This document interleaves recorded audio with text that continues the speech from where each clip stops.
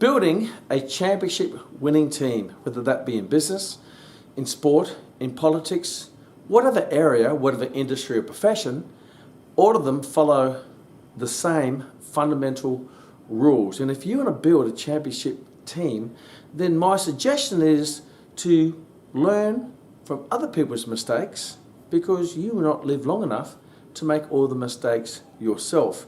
And that will accelerate your growth, you'll accelerate your knowledge and skills to be able to build a team that's going to serve your business, your sport, or whatever your cause may be.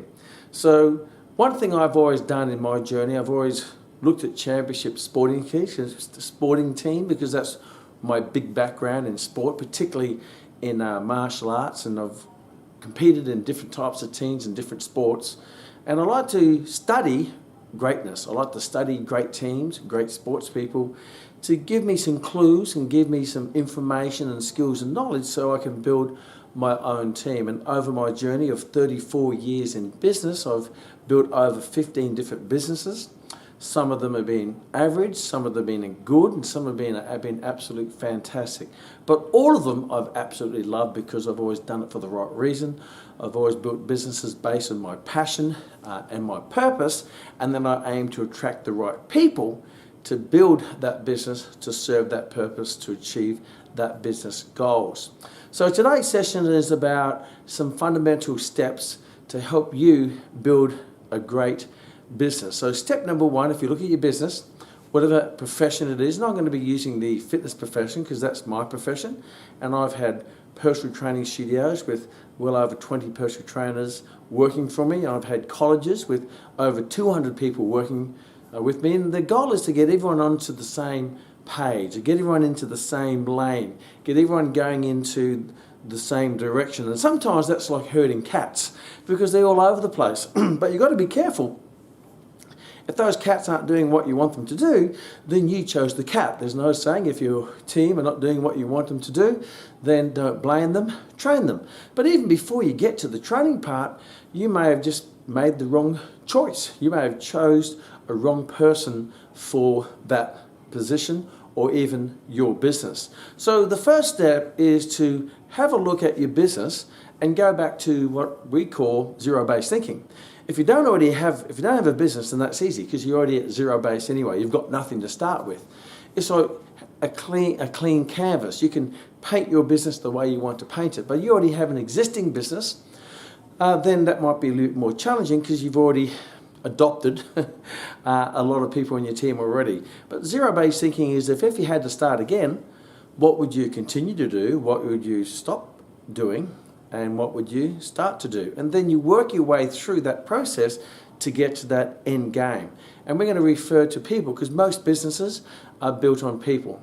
Now, some businesses not. You know, if you go down to the local shopping centre and there's a chewing gum machine or a lolly machine, and you put 20 cents in, you turn it and the money comes out, then that's not based on business, that's purely based on product. You want to make sure if that bubble gum is nice enough, I'll go back and do it again, where it's not reliant on services from people.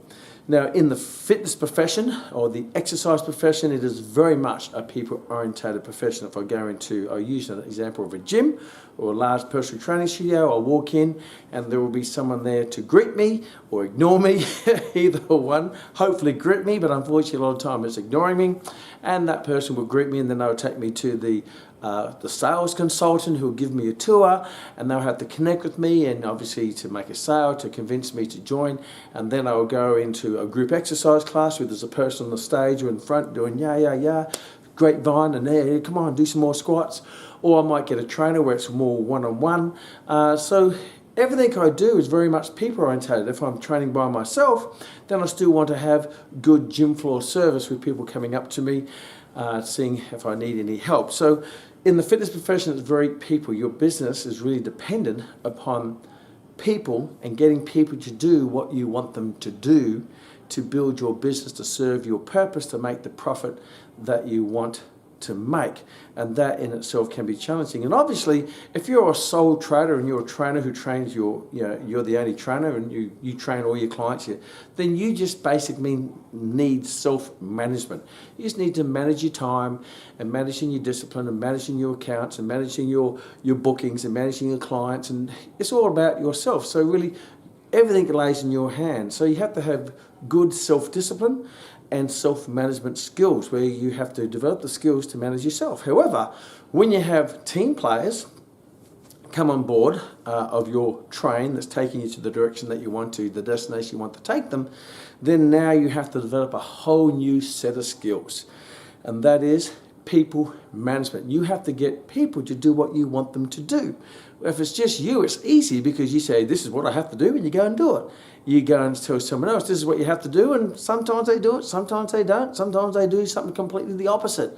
It's quite challenging, and that's why there's a great saying is, the best salesperson in a business will not always make the best sales manager. So sometimes if someone goes up the corporate ladder in sales and they become the top dog, the good sales dog, then people say, wow, you're fantastic. So if I put you into the management position, then you make everyone else make sales like you. And they put them in the management position and they fail dismally. And I've seen that so many times because it's a different creature to self-manage yourself and self-drive yourself to make sales, to someone who has the skill set to connect with other people to bring out the best in them. Some people are very great at bringing the best out of themselves, and other people are great at bringing the best out of other people. You see that in sport.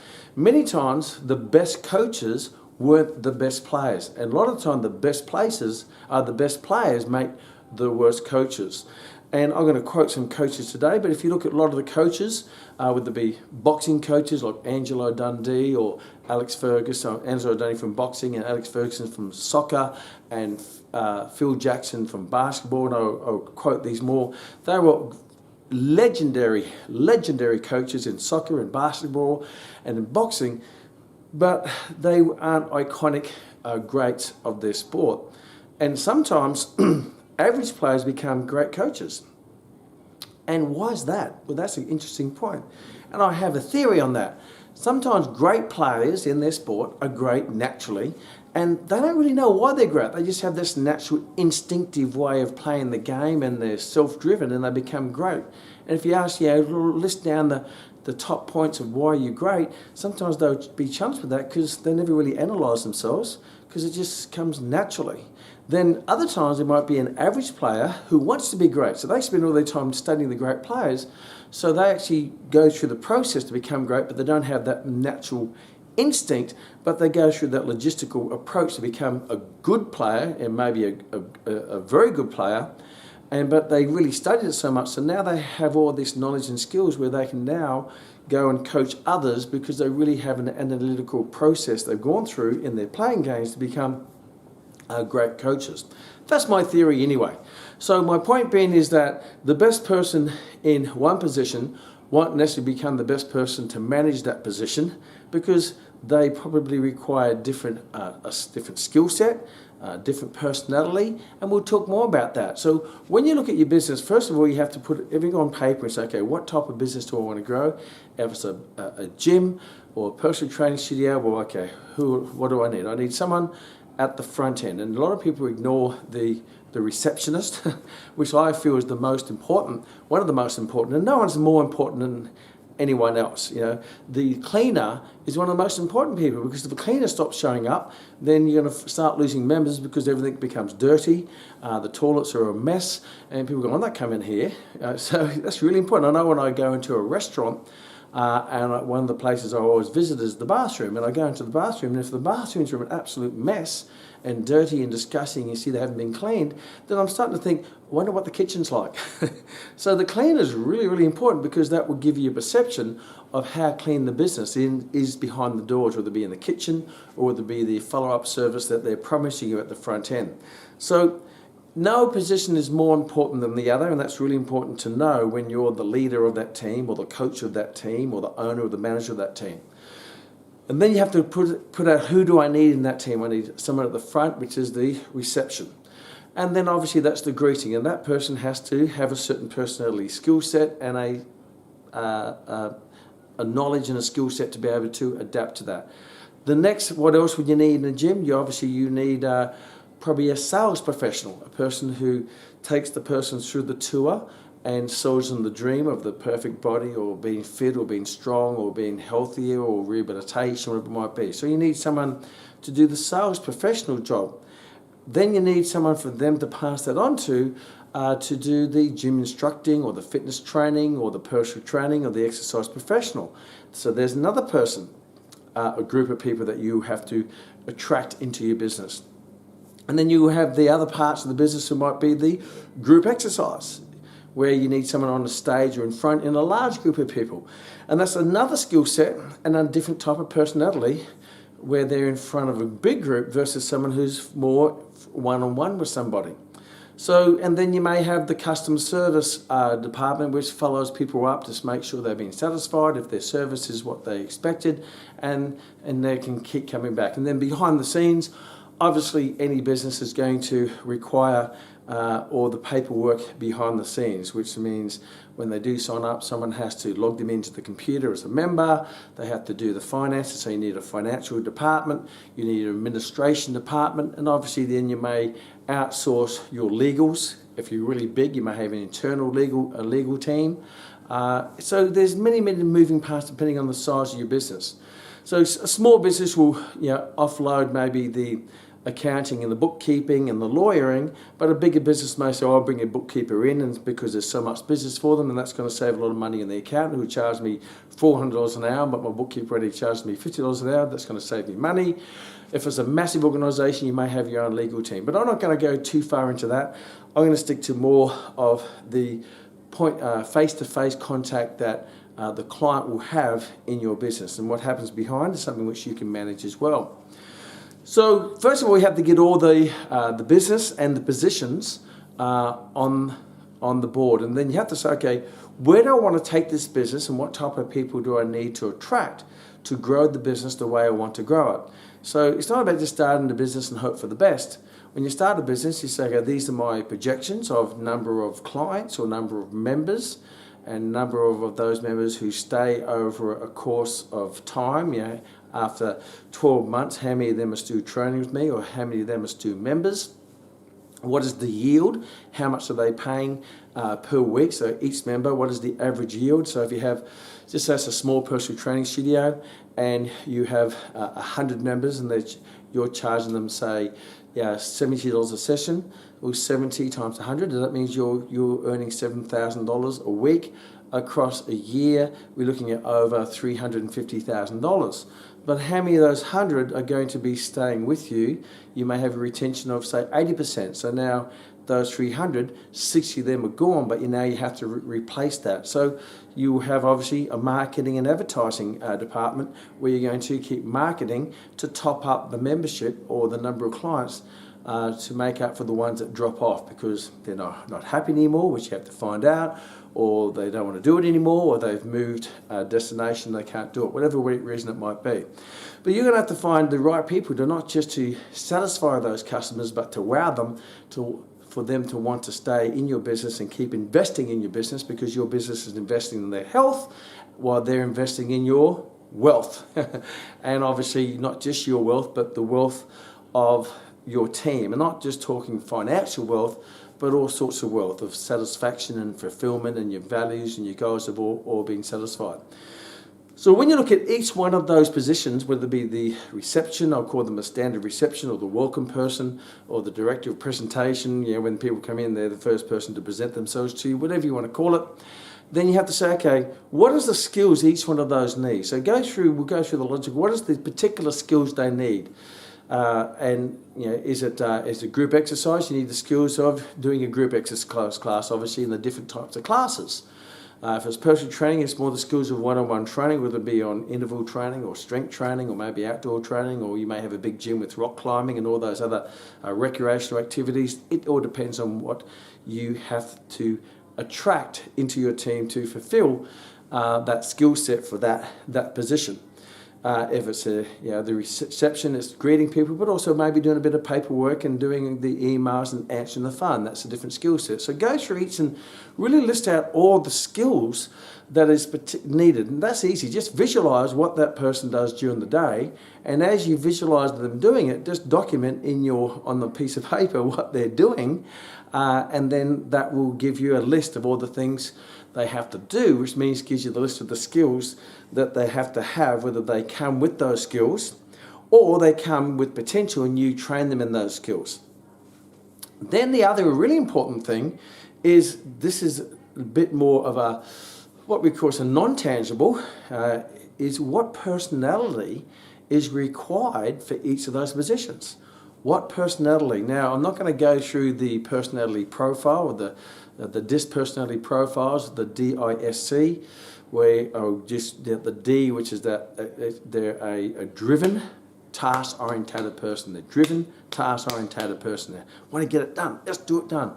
They're not always so much a people person. They can be, but they're more driven and they're directed and they're task-oriented. They want to get stuff done. So they're very much high achievers.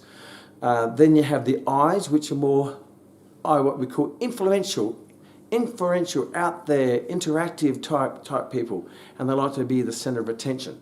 So what they love is they're like people. They're a people-oriented person, but particularly when the people are watching them. Then you have the S, which is what we call safety and security. So they're the people who are more nurturing. They like safety, security. They like to look after people. They're more quiet. They're people-oriented, but they're more intrinsic, where the I personalities are more extrinsic. And then you have the C personality, which is very, how can you say, they're very compliant, they're very concise, they're very analytical.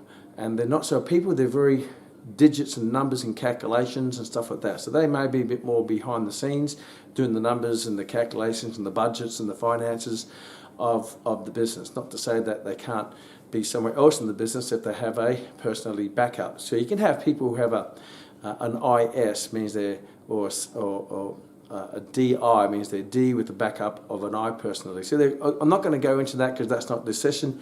You would have already covered that in DISC profiling in the sales process. Really important, because if you put the wrong personality type in the wrong position, they will hate it, because it's just like oil and water. The job is water, but they're oil. They don't actually like it. If you get someone who's shy and you put them out in front of a group exercise class and they don't like to be the center of attention, they're just going to melt. They're not going to like it at all. If you're going to have someone who's really driven and directed and you give them a mundane job, they're going to get bored really, really quickly.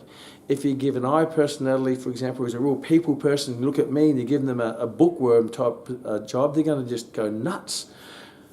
So it's really important that when you look at the personality, does that job, is it more, requires someone who's really people orientated and consistent and reliable, or are they people and out there and they're effervescent and they're entertaining? Are they people oriented? They need to be driven. So I'm not going to go into it, but you can work that out. Look at the position and what personality. Now, you can't have everything. There's no such thing as a perfect robot. It's always going to be, work on their, really develop their strengths while managing their weaknesses. So if you have someone who's a personality who has a big D in them, they'll get lots of clients. They'll get lots and lots of clients because they're very driven. But their paperwork won't be good at all, because their paperwork, these don't have eye for detail. So don't expect them to have great paperwork. Don't get upset if they don't have great paperwork, because you can't have your cake and eat it. You can't have someone who does lots and lots of training sessions, earns lots and lots of money, but their paperwork is a little bit of a mess. You need to manage that and make it as easy as possible, maybe with a backup team player, or to put some simple systems in place so it can be as easy as possible.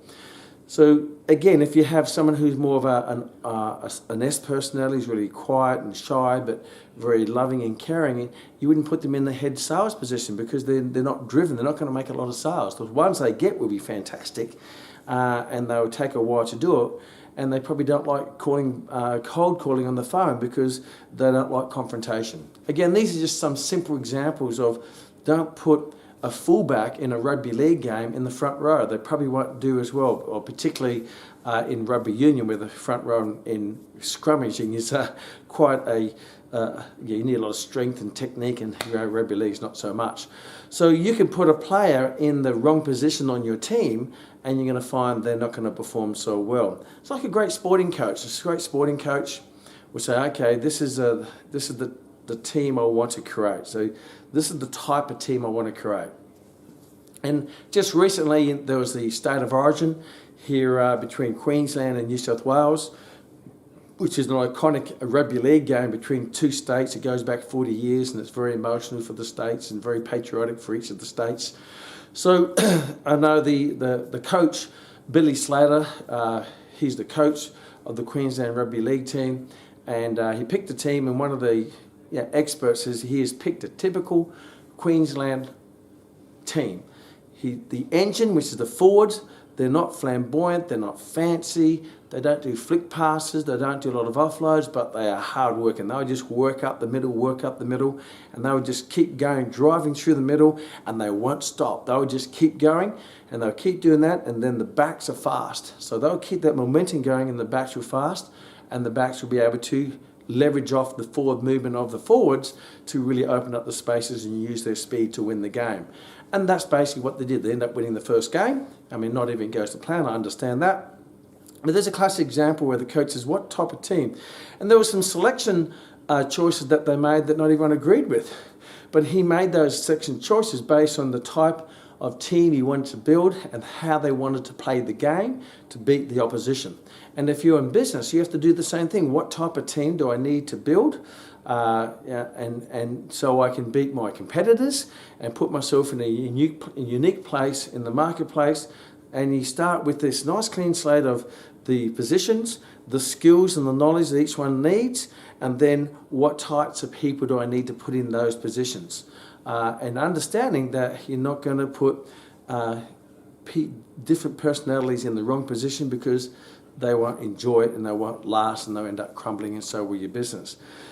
So that's the first part of a team, whether it be a sporting team as well. I mean, Phil Jackson, the great coach of the Chicago Bulls and the LA Lakers, and he ended up winning 11 national basketball championships in the USA.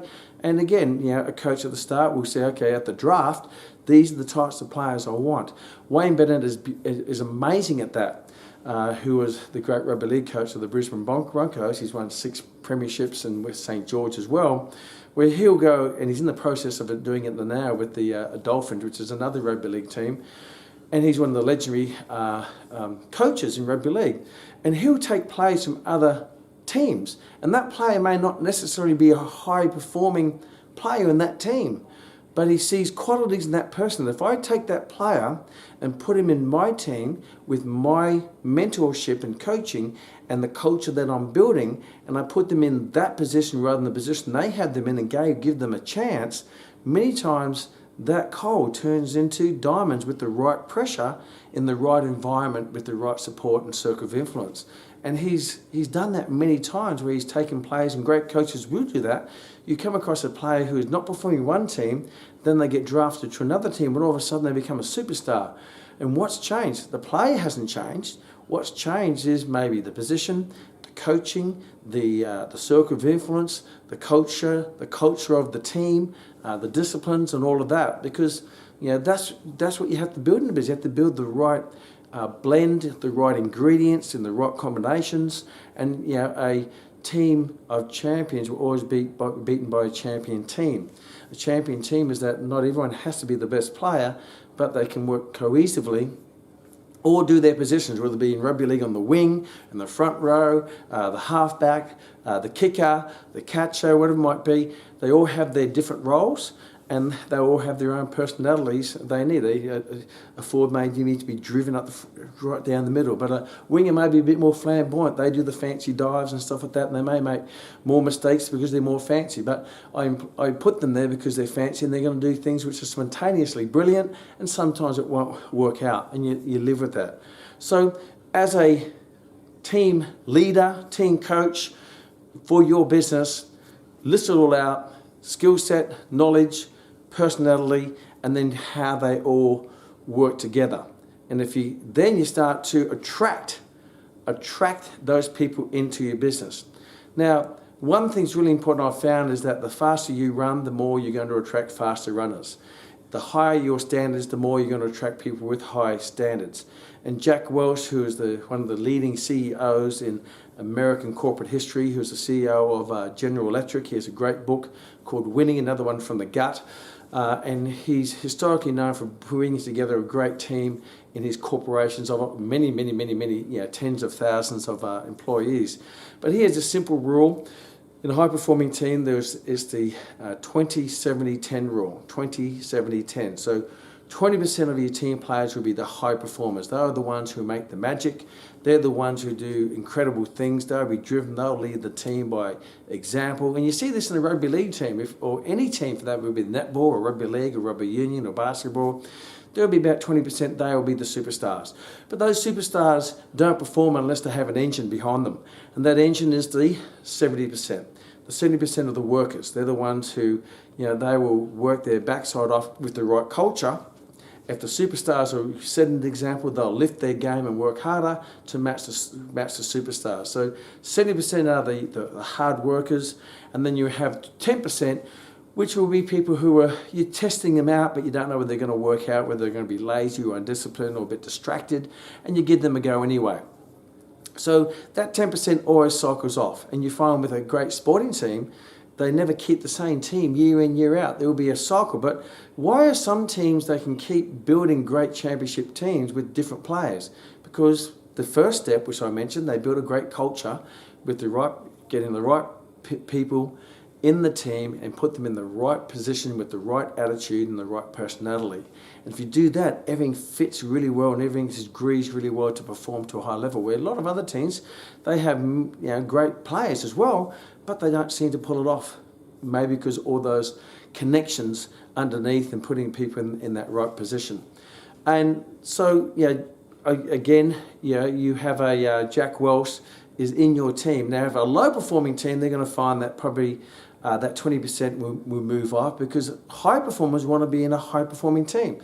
There are certain players who want to be coached by a certain coach or go to a certain team because they know that if they go to that team, they've got a great chance of a premiership or a championship because they have a championship mindset coach and a championship culture within that corporation or within that sporting team. If you can build that culture and get the right coach and you become the right coach, you attract the right people. What I realised in my journey, I never seeked team players. Somehow they sort of seek me because I'm a person who's very driven, has very high standards, I want to achieve a lot, and I've always seemed to be moving and doing stuff. And I seem to attract people who want to be part of a bigger thing, and they saw that I was the leader of that train to get onto that bus or that train or that vehicle to take them where they want to be, because they want to be part of greatness, they want to be part of something which is bigger than them.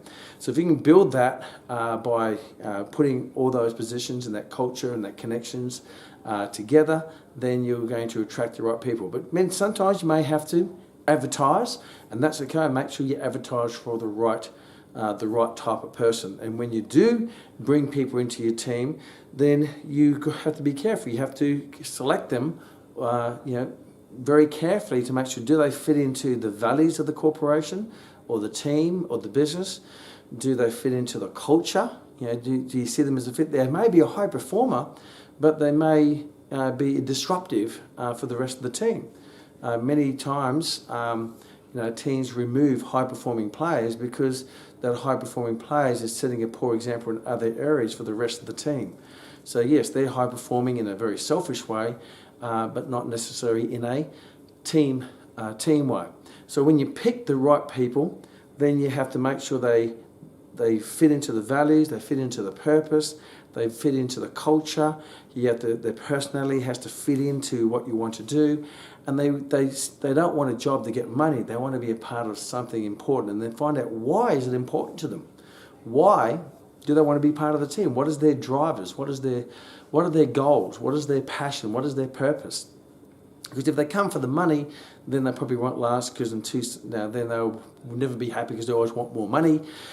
And then the money will run out, or they go somewhere else because there's more money. And that's a wrong reason. You want them there for the right reason. And when the business grows, then certainly there'll be plenty of financial rewards to be shared by everybody. So in that process of attraction, in the process of bringing someone onto your team, it's really important that you not just let them know of the job description, but you also let them know of understand the culture, understand the values, the business values, and the standards, what we call the non-negotiable standards and the disciplines that have to be applied. This is not a 9-to-5 weekends off type of business. You have to do what you need to do to help the team achieve the goal. And sometimes that may require a bit of sacrifice, but that will obviously be very much rewarded down the track. And there's some things that you really have to, you can't necessarily always put into the employment contract, but something that you have to draw out of them to say, okay, and the more time you spend with them in different environments, I know Rory spent a time on the rule of three, interview that person 3 different times in 3 different, completely different environments, and with 3 different groups of people. So you can see them exposed in different ways. So you can see what type of person they are. I'll use one example. I remember I had what we call an attractment day, and we had probably about 50 people come to my college personal training studio, and they had to come and we did this group interview. We always do group interviews at the start. And I was downstairs in the car park in my car, and I was watching the people come in up the stairs, because there's only one stairway to where we were going, and I was seeing, just having a look at them, how they behave when no one's looking, when they think no one's looking, but Kman's in the dark. And I was there doing some phone calls anyway, and I always remember this young lady hopped out of the car. She hopped out of the car. And her mum had driven her there, and she just stood there and abused her mother. I don't know what it was about, but it was just abuse. Then she slammed the door and she went upstairs. And upstairs she was sweet as pie. Hello, my name is so-and-so. And she's just beautiful. But I couldn't stop thinking of, how were you to your mum? If that's how you are to your mum, then how are you going to be to my other team players when I'm not around? I don't know. Now, I'm not saying that was the defining moment. I obviously gave her other moments where I could make up my mind, but it didn't go in her favour. We always used to put food out and alcohol out and see how people went with the food. Again, they haven't had dinner. You go, well, wait a minute, that's interesting. Or they start guggling the wine and sculling the wine. So there are different environments where you can observe people. Then we used to different games and competitive games and see whether they're competitive or cooperative and all sorts of stuff.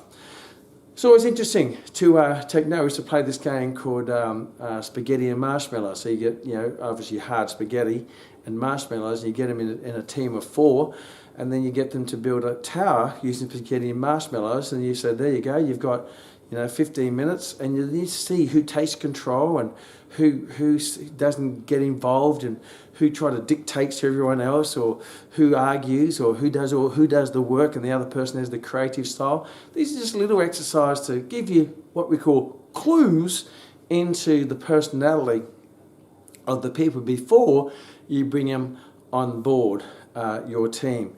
And that's why personality is really important. You put the wrong person in the wrong, you put the wrong person in the wrong position, it's a double wrong. It just won't work. They may not be into your culture, or may not be into your positivity. We had people resign because, you expect us to be too happy here. So, well, maybe you should go to the grumpy company. Yes, of course we expect you to be positive, put your positivity facing. If you want to go and be sad, then do that at home. I know can be a tender topic these days, but yes, it is a business that requires people to be friendly when someone walks into the business, and ideally you keep all your troubles at home, or stay at home, one or the either, or find another company to work with. But that's another different area which we're not going to cover today. So yes, really, there's an old saying, hire slowly and fire quickly, and that's why when someone comes on your team, you have a trial period, and in that trial period, you want to, not in a bad way, put them as much pressure as possible, because pressure will either make diamonds or will just crack coal, one or the other. So you put a bit of pressure on them at the start, because remember, when they start, that's the best you're going to see them. The first day of work, they'll show up early, they'll be happy, that's going to be the best they've ever been. And then you see what happens. The first day they were 20 minutes early, and the second day they were 15 minutes early, and the third day they were 10 minutes early, and the fourth day they were 3 minutes early, and the fifth day they were just on time. You go, well, wait a minute, what happened there? There's 20 minutes gone over a period of 1 week, and the next week they're 1 minute late. Okay, there you go. There's a clue, so that first day, see what happens or what dilutes or what deteriorates that first day to not just them arriving, but what they do and when they leave and how they are and how they interact. So be a great observer. In the great book, Alex Ferguson in Winning, which is the greatest soccer coach for Manchester United ever, his first start of the book is all about be a great observer. Observe people. And Wayne Bennett said it also, who's the coach of the Brisbane Broncos, is he observes his players at training and he looks at when they're doing sprints, not at who's the fastest, but who accelerates past the finish line versus who slows down before the finish line. And the ones who accelerate past the finish lines, they're the ones he wants, because they're the ones who will go the extra mile. They'll accelerate when they don't have to accelerate. The other ones will slow down when they're supposed to be accelerating. Isn't that interesting? So there's just a couple of observations of human character, human personality that you can take into account to make sure you have the right person. And you're never going to know that until the long term understand that. But you want to try to weasel out the weasels as quickly as possible before you put them on your team or within that time period of that trial period where you put them under positive pressure, by all means, and be a great observer. Be around them a lot and be there when they don't know you're there. Be there, observe when they don't know you're observing. Because the greatest, the definition of great character, your character is determined by how you treat people who have nothing to offer you or how you are when no one's watching. That is more an indicator of your character, and you want to attract people of character that matches those particular positions. Once you've got that, then you have to go through with that person with the gameplay. This is the position that you have, and these are all the things I expect you to do. And technically, that's your job description. These are what you have to do. Now, one of the other important things is to obviously integrate that and connect it to the values of the business. It's not about the what, it's the why we do it this way. I want you to do it this way, but this is the reason why. Because the why will make them buy into it. And that why might be into the values of the corporation or the business or the team. That why might be into leading to the goals of the team or the corporation or whatever, or the business. So everything has to have a why, because if there's no why, then why would they do it? So what is, yes, this is what you do, this is why we do it, and this is how you do it. And this is how you check that it's done and how I check that it's done. So this is what you do, your job description. This is how you're do it. This is the procedure of how you do it. And that's the what, the why. So this is what you do, which is obviously your job description. This is why we do it, which connects to the purpose and the goals and the values and all of that. This is how you do it, which is your procedures, your procedure manuals and all that, tick boxes. And this is the how we check that it's done through whether it be they check that it's done, the checklist, or I check it. Now there's the third box to make, there's another row that is really important to link in then with that each individual. You have to find out what their goals are.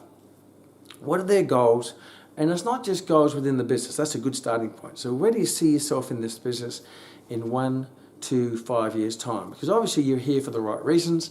Where do you see yourself? What is your ultimate goal? And they may say, look, my ultimate goal is to take on a franchise. I know one of our graduates, Andrew Simmons, has over 60 franchises, and trainers come on board there and they become a personal trainer and they go through the ropes and they go through the management training. But at the start they say, look, my goal is to really work my way up the corporate ladder, as they say. And if there's a corporate ladder, make sure it's the right ladder. You don't want to climb the ladder of success and get to the top and realise you just climbed the wrong ladder. That's why it's important at the start to make sure it's the right ladder with the values and the purpose and the goals and the business and the passion and all that bit.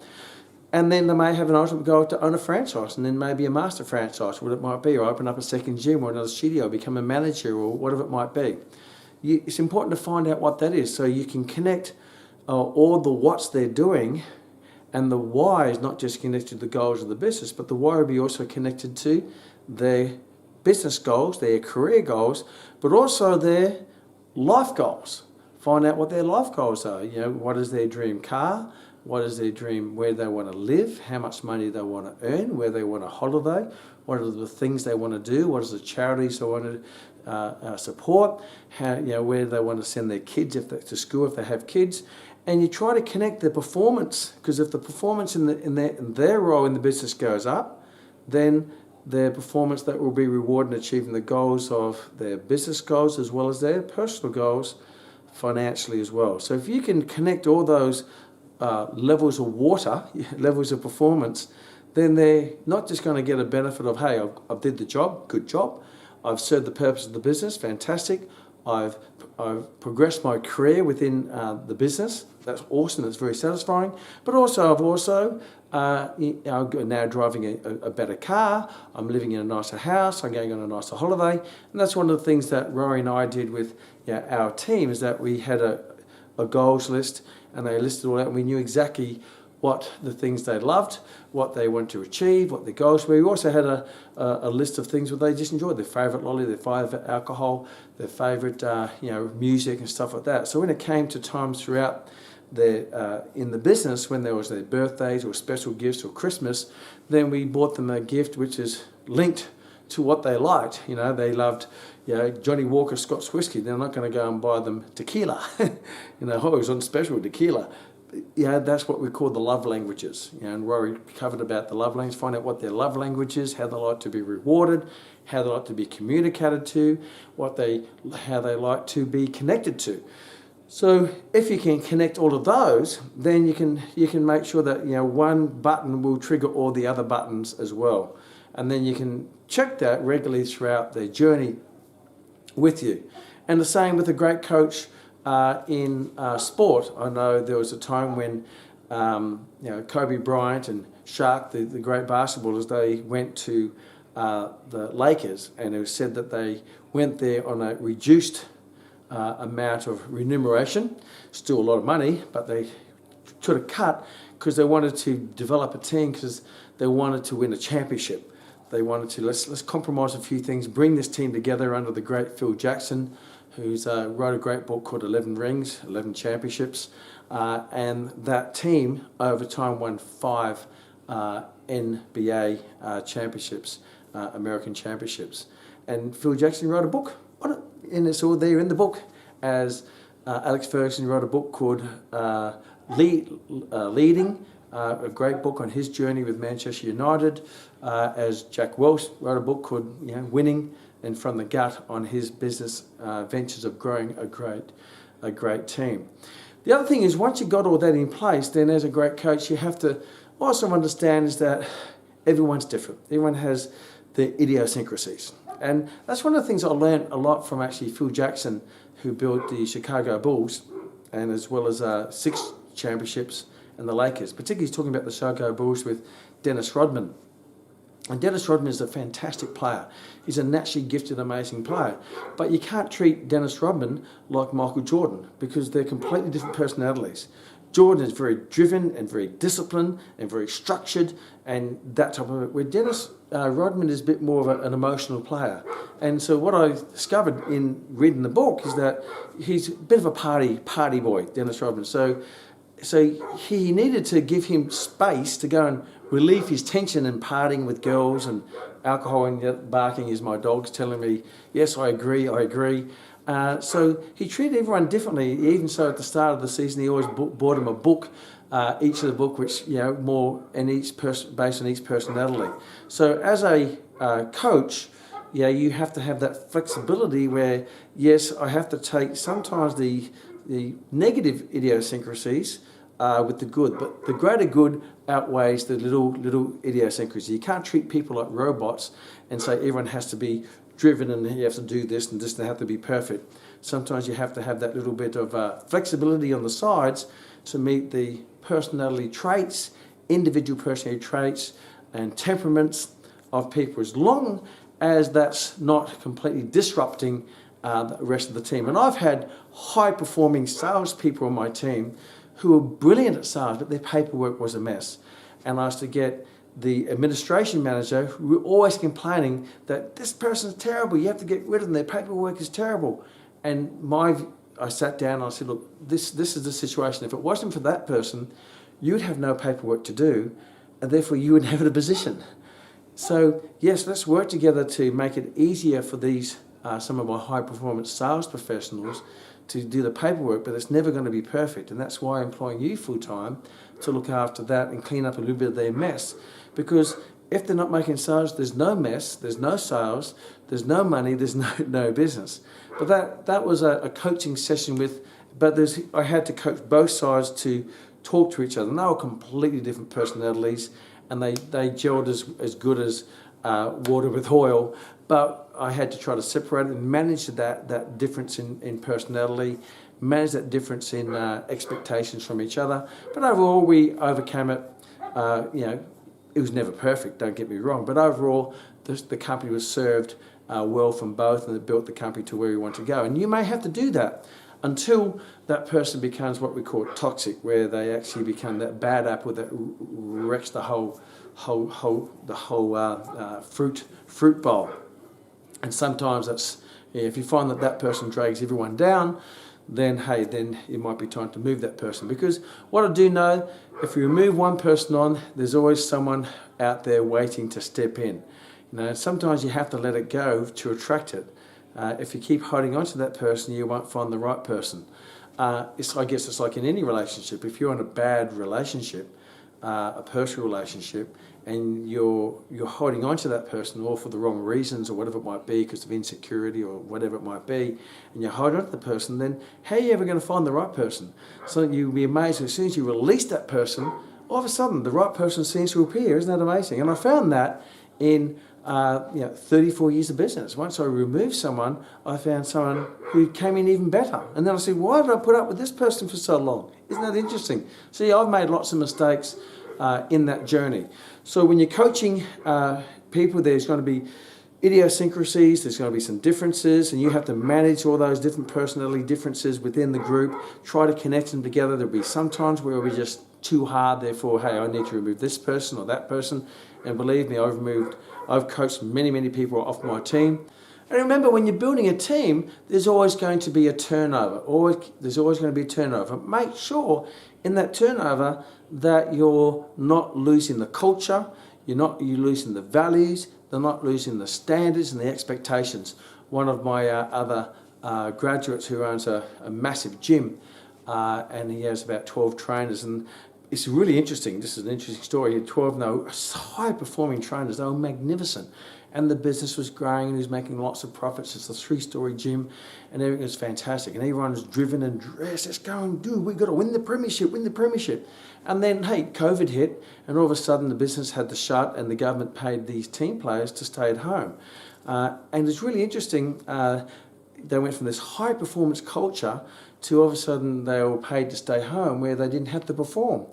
And he said that it's quite amazing, because when they came out of COVID, about 20% stayed high. About 20% stayed high performing. They came back in and yeah.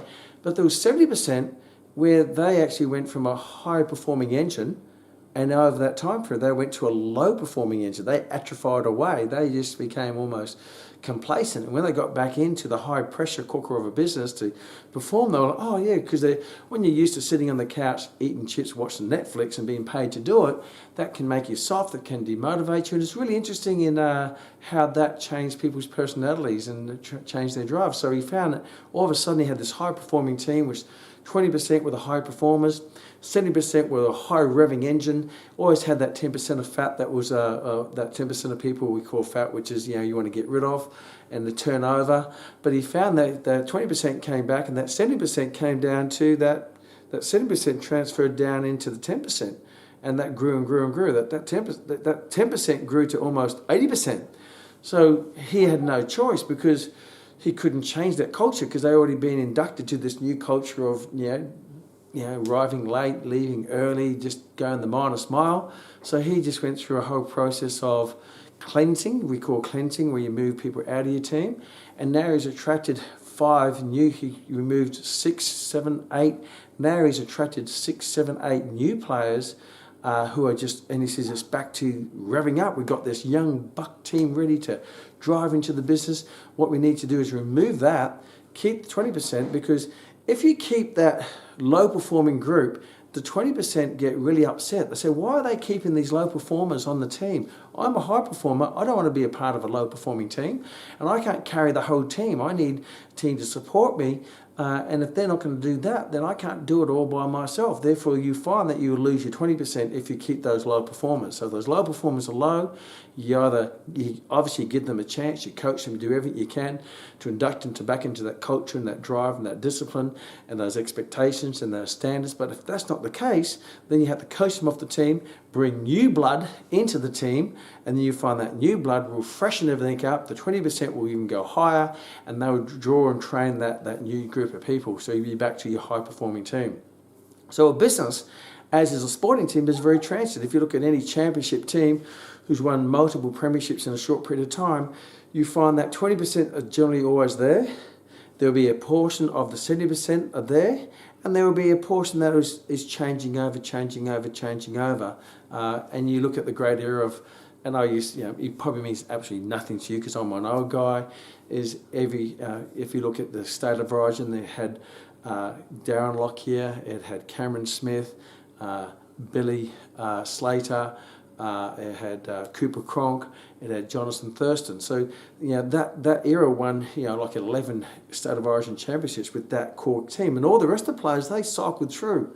And now those ones who retired, they have to draw on to new blood using that same values, that same spirit, the Queensland spirit, the Maroon spirit of the state of origin team. As in any team, if you're in the Chicago Bulls and you're playing with Michael Jordan, then you know that you can't be a bit lazy, because that's not going to work. If you're in the LA Lakers with Kobe Bryant, then that's a high expectation type team.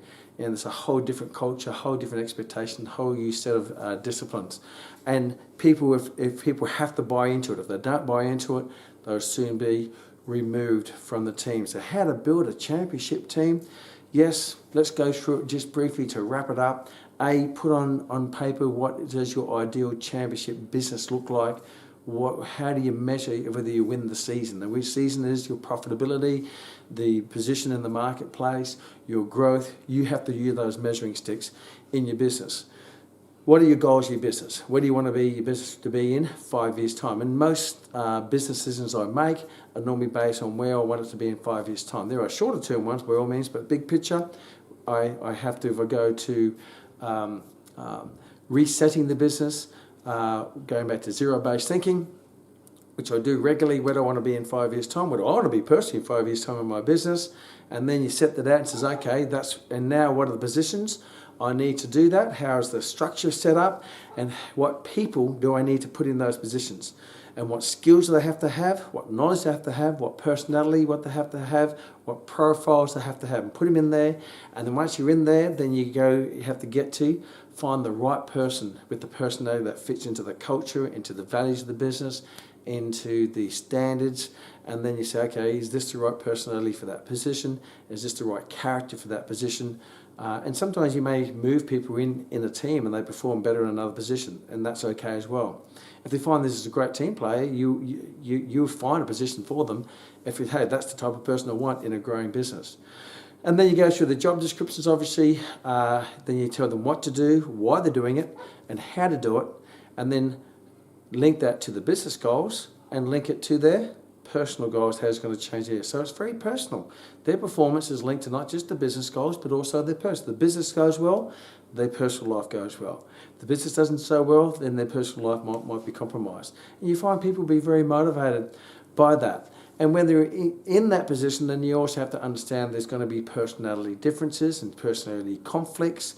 And you're going to have to manage that. As long as you manage it, and it'll be a moving target, it will change. You can't treat everyone the same. You have to treat everyone differently based on them and their idiosyncrasies. As long as one person isn't so toxic they're affecting everyone else, if you can manage that, then the whole team together each achieves more, even though everyone has different positions, different job descriptions, different personalities, and different idiosyncrasies. And yes, like every family, there's always going to be family fights and family conflicts and stuff like that. But if you're the head of the family, you can always manage it and work your way through and get everyone to be above all that, see the bigger picture, to build your business as well, most importantly, their life.